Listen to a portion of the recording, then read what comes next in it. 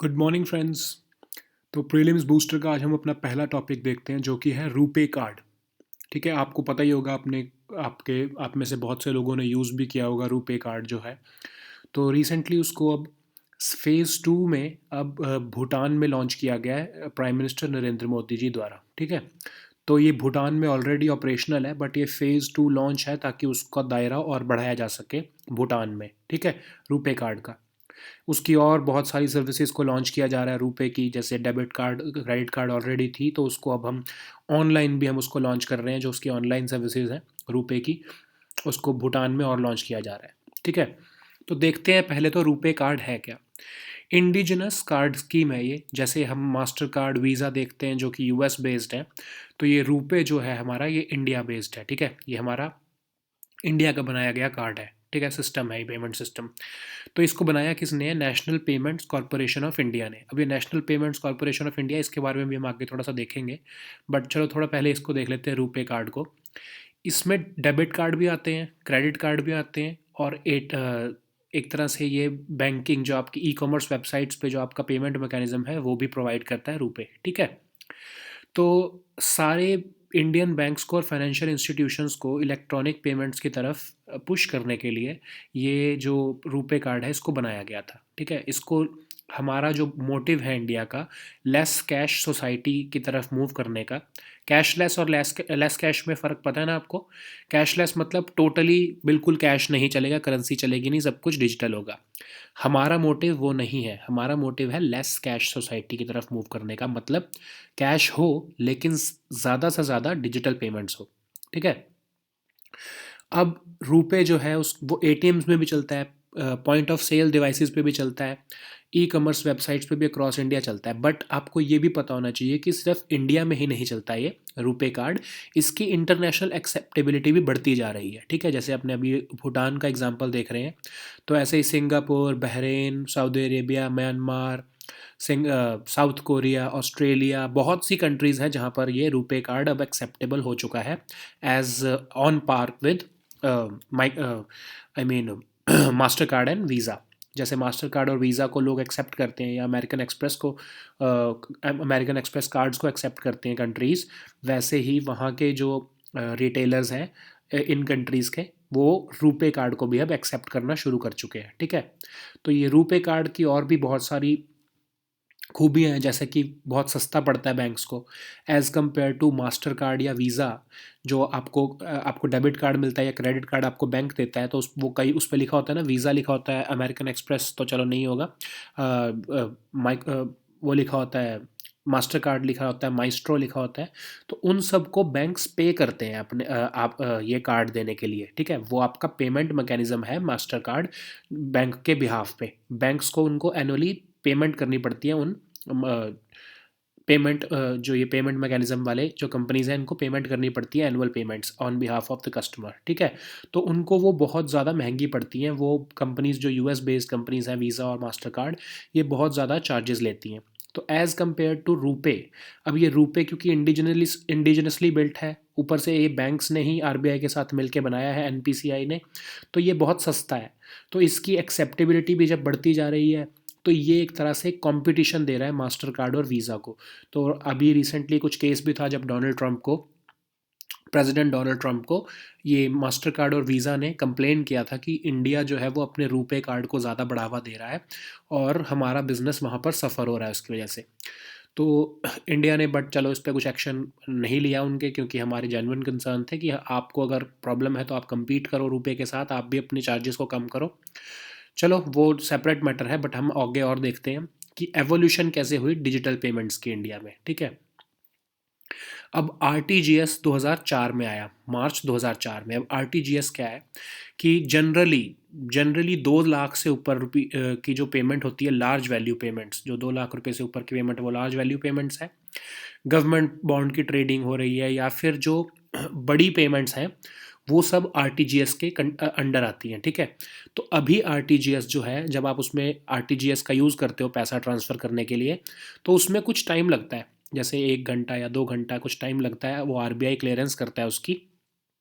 और इसका एक पिटफॉल ये था कि ये 24 आवर्स नहीं है। जब तक बैंकिंग आरबीआई चल रहा है, आरबीआई के ऑफिशियल टाइमिंग्स के हिसाब से ये चलता था आरटीजीएस। अगर आपको रात को बड़ी अमाउंट भेजनी हो तो वो नेक्स्ट डे अप्रूव होगी जब आरबीआई का ऑफिस खुलेगा, ठीक है।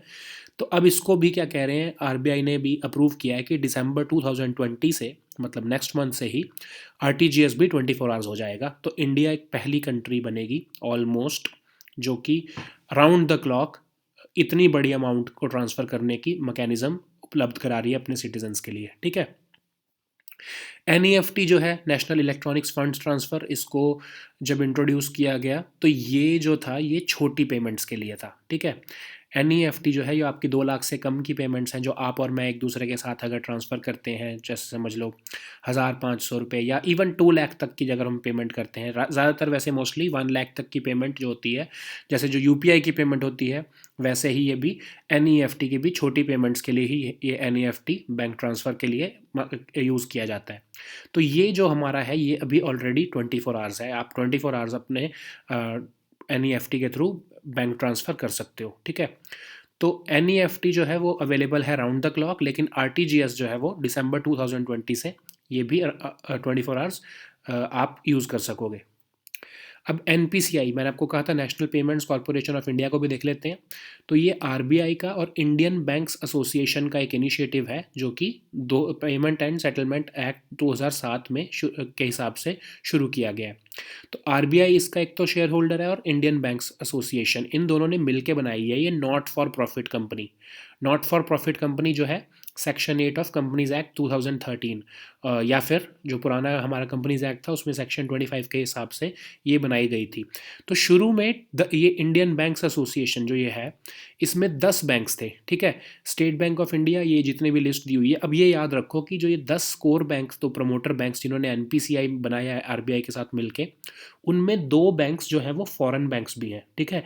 तो यूपीएससी आपको अगर इसमें पॉइंट कोई ढूंढेगा क्वेश्चन बनाने के लिए तो वो यही देखेगा कि ओनली इंडियन बैंक्स जो थे वो कोर प्रमोटर्स थे। तो ये स्टेटमेंट गलत होगी क्योंकि सिटी बैंक और एचएसबीसी, सिटी बैंक अमेरिकन है, एचएसबीसी जो है वो यूके बेस्ड बैंक है, लंदन बेस्ड बैंक है, ठीक है।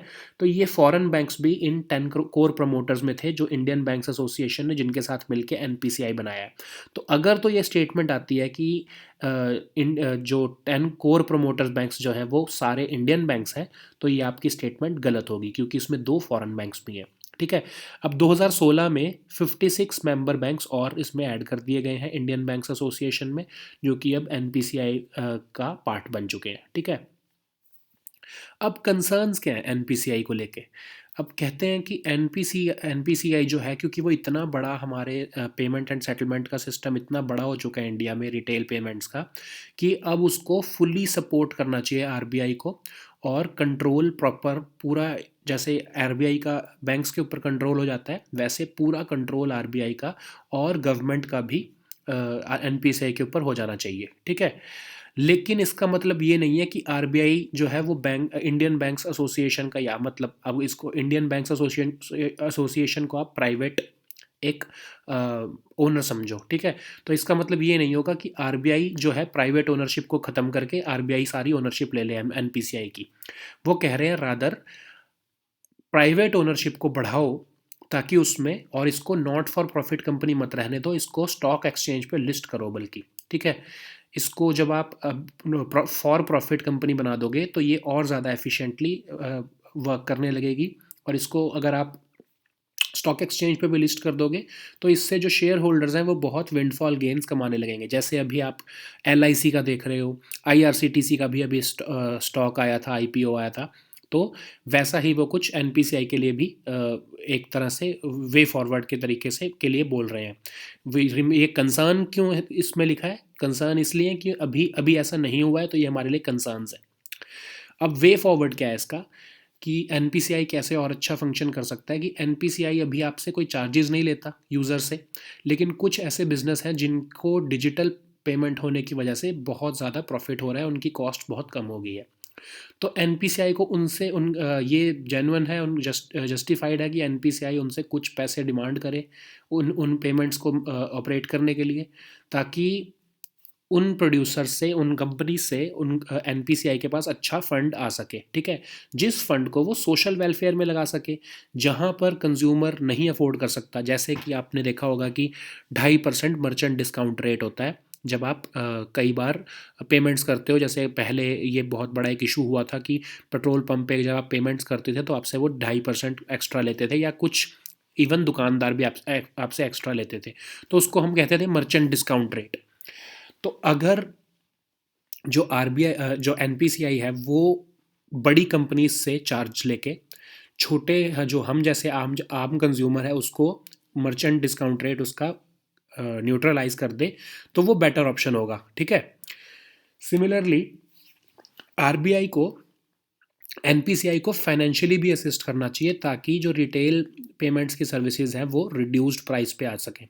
तो ये जो हमारा मर्चेंट डिस्काउंट रेट है या पेमेंट सेटलमेंट के जो उसमें खर्चा आता है, वो आरबीआई को उठाने के लिए इसमें वे फॉरवर्ड में कहा जा रहा है, ठीक है। अब नेक्स्ट टॉपिक हमारा है कॉर्पेट।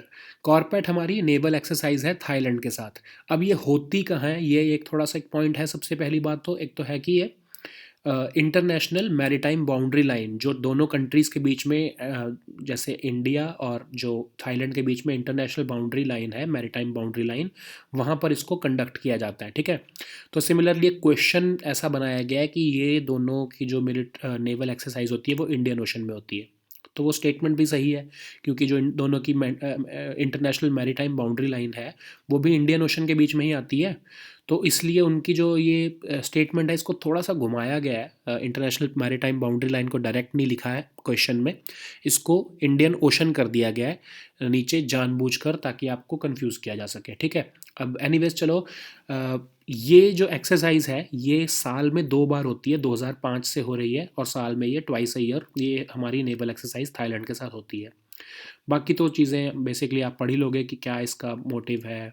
और ये जैसे ये वाली 30th एडिशन है ये वाला, तो मतलब क्योंकि 15 साल हो गए हैं 2005 से 2020 में, तो ये हर साल में 2 बार हो रही है, तो ये 30th एडिशन है हमारा। चलो एनीवेज, अब हमारा नेक्स्ट टॉपिक है IRNSS। अब ये बहुत इम्पॉर्टेंट टॉपिक है, आपने सुना भी होगा इसके बारे में कि हमारा अपना, जिसको कई बार हम देसी जीपीएस बोल देते हैं, कि इंडिया का ये अपना जीपीएस सिस्टम है एक तरह से, ठीक है। अब जीपीएस कहना इसको बिल्कुल टेक्निकली जो है वो सही नहीं होगा, क्योंकि ये रीजनल नेविगेशन सिस्टम है, ठीक है। रीजनल नेविगेशन सिस्टम क्या है होता है कि इंडिया ने इंडियन टेरिटरी और इंडियन ओशन को के अंदर इस सिस्टम को ऑपरेट करने के लिए लगाया है। कि अगर आपको मैं बेसिक भाषा में समझाऊं, तो आप इंडिया या इंडिया के 1500 किलोमीटर का जो आसपास का रीजन है, वहाँ पर आप ये कोई मोबाइल में अगर आप अपने IRNSS सिस्टम लगा के जाओगे तो ये बता देगा आपको आपकी लोकेशन। लेकिन अगर आप उससे आगे जाओगे तो ये IRNSS जो है वो फंक्शन नहीं करेगा। तो ये रीजनल एक तरह से लोकेशन बताने का सिस्टम है। तो यही रीजनल नेविगेशन सिस्टम जो सैटेलाइट सिस्टम है, लेकिन ये बहुत ज़्यादा एफिशिएंट है as compared to even GPS. क्योंकि एक तो पहली बात ये रीजनल है, तो ये इसकी एफिशिएंसी ज़्यादा अच्छी है। इसका जो लोकेशन का जो आपका ट्रैक बताएगा ये, जैसे आप जीपीएस जो होता है वो आपको जब आप देखते हो तो कई बार 5-10 मीटर का उसमें फ़र्क दिखाता है, लेकिन इसकी जो एफिशिएंसी है वो ऑलमोस्ट 1 मीटर तक की है, ठीक है। आपकी लोकेशन को ये ऑलमोस्ट 1 मीटर तक का बस ये डेविएशन दिखाएगा, लेकिन बहुत ही करेक्ट लोकेशन आपकी पिन पॉइंट दिखाएगा, ठीक है। तो इसी IRNSS को इंटरनेशनल मैरीटाइम ऑर्गेनाइजेशन ने अप्रूव किया है कि जो शिप्स हमारे इंडियन ओशन रीजन के 1500 किलोमीटर जो हमारे जहाँ जहाँ पर ये IRNSS चलता है, वहाँ से जो भी शिप्स जाएंगे वो इसको यूज़ कर सकते हैं। तो वो जितनी भी शिप्स हैं उनको ये यूज़ करने का जब वो बात कह रहा है, तो इसका मतलब इंटरनेशनल मैरीटाइम ऑर्गेनाइजेशन IRNSS के ऊपर अपनी सेफ्टी जो है उसको वो ट्रस्ट दिखा रही है कि ये सिस्टम बिल्कुल सेफ़ है। आप मतलब वो शिप ओनर्स को कह रहे हैं कि आप अगर इसको यूज़ करोगे तो आप भटकोगे नहीं, ये बिल्कुल सेफ़ सिस्टम है, इसको आप फॉलो करके जा सकते हो, ठीक है। अभी जैसे जीपीएस या ग्लोनास, ग्लोनास किसका है? रशिया का। जैसे ग्लोनास जो है वो ग्लोबल है, जीपीएस यूएस का है वो भी ग्लोबल है, लेकिन ये IRNSS जो है ये रीजनल है, सिर्फ इंडियन ओशन रीजन के आसपास ही चलता है ये, ठीक है। तो ये इसमें दोनों सिस्टम्स हैं, ठीक है। एक तो है स्टैंडर्ड पोजीशनिंग सर्विसेज, जो कि आप और मेरे जैसे यूज़र्स यूज़ कर सकते हैं अपने मोबाइल में। आप IRNSS जो है उसको यूज़ कर सकते हैं। अभी आने वाले हैं वो फ़ोन भी मार्केट में, जिनमें GPS की बजाय आप IRNSS को सिलेक्ट करके उसको भी यूज़ कर सकते हो, ठीक है। या फिर रिस्ट्रिक्टेड सर्विसेज। अब ये रिस्ट्रिक्टेड सर्विसेज जो हैं वो सिर्फ ऑथोराइज्ड यूज़र्स, मतलब मिलिट्री या हमारी सिक्योरिटी सर्विसेज या गवर्नमेंट के जो कुछ अप्रूव्ड सर्विसेज हैं उन्हीं को, अप्रूव्ड पीपल हैं या पर्सोनल है या फिर डिपार्टमेंट्स हैं, वही इन सर्विसेज को यूज़ कर सकते हैं, रिस्ट्रिक्टेड सर्विसेज को, ठीक है। स्टैंडर्ड पोजीशनिंग सर्विसेज को हम सारे लोग यूज़ कर सकते हैं, रिस्ट्रिक्टेड सर्विसेज को सिर्फ ऑथोराइज्ड यूज़र्स ही यूज़ कर सकते हैं। अब ये ऑपरेट कैसे करता है? इस सिस्टम को चलाने के लिए 7 सैटेलाइट्स लगती हैं, ठीक है, IRNSS को। ये 1500 किलोमीटर के एरिया में चलता है। इंडिया की बाउंड्री के 1500 किलोमीटर के एरिया में ये लोकेशन बताता है। तो 7 सैटेलाइट्स इसको चलाती हैं, ठीक है। अब इसमें से 3 जो है वो जियो स्टेशनरी हैं। अब जियो स्टेशनरी का मतलब क्या होता है कि अब आप सोचो, ये अर्थ है, ये यहाँ पर मून है। जब आप मून से देखोगे तो आपको एक सैटेलाइट खड़ी हुई दिखेगी, स्टेशनरी दिखेगी। अर्थ रिवॉल्व करी जा रही है, रोटेट करी जा रही है, आई मीन रिवॉल्व भी कर रही है सन के अराउंड और रोटेट भी कर रही है, लेकिन वो सैटेलाइट वैसे के वैसे ही खड़ी है, ठीक है। अर्थ की रोटेशन के साथ वो मूव नहीं कर रही, वो सैटेलाइट वैसे ही खड़ी है। तो अब आप मून से जब उसको देखोगे सैटेलाइट को, तो आपको लगेगा कि वो सैटेलाइट वहीं की वहीं खड़ी है, ठीक है। वो है जियो स्टेशनरी सैटेलाइट।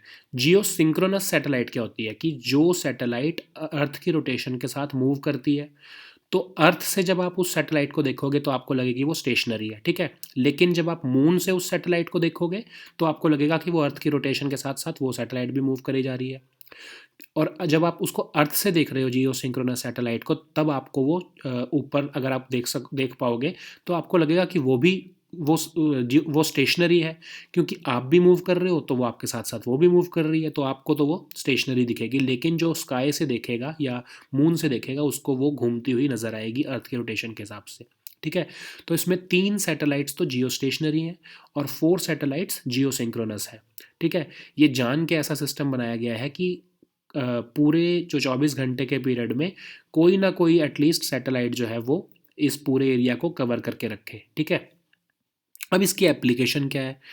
ये सारी application disaster management, vehicle tracking, fleet management, जो जो आप बेसिकली GPS से कर सकते हो, terrestrial aerial marine navigation, integration with mobile phones, ठीक है। ये भी आने वाला है। मैं जैसे आपको बता रहा हूँ कि मोबाइल फ़ोन्स में हमारी गवर्नमेंट ने कहा है कि IRNS सिस्टम जो है, इसको नाविक भी कहते हैं, ठीक है। ये नाविक जो है इसका ये जो इंडियन नाम है वो नाविक है। ये नेविगेशन विद इंडियन कॉन्स्टिलेशन, इसकी फुल फॉर्म है नाविक की। तो ये नाविक जो है वो ऑलरेडी इसमें मोबाइल फ़ोन्स में अब इंस्टॉल्ड आने वाला है मार्केट में, और मोस्ट प्रोबेबली आ भी चुका होगा, ठीक है।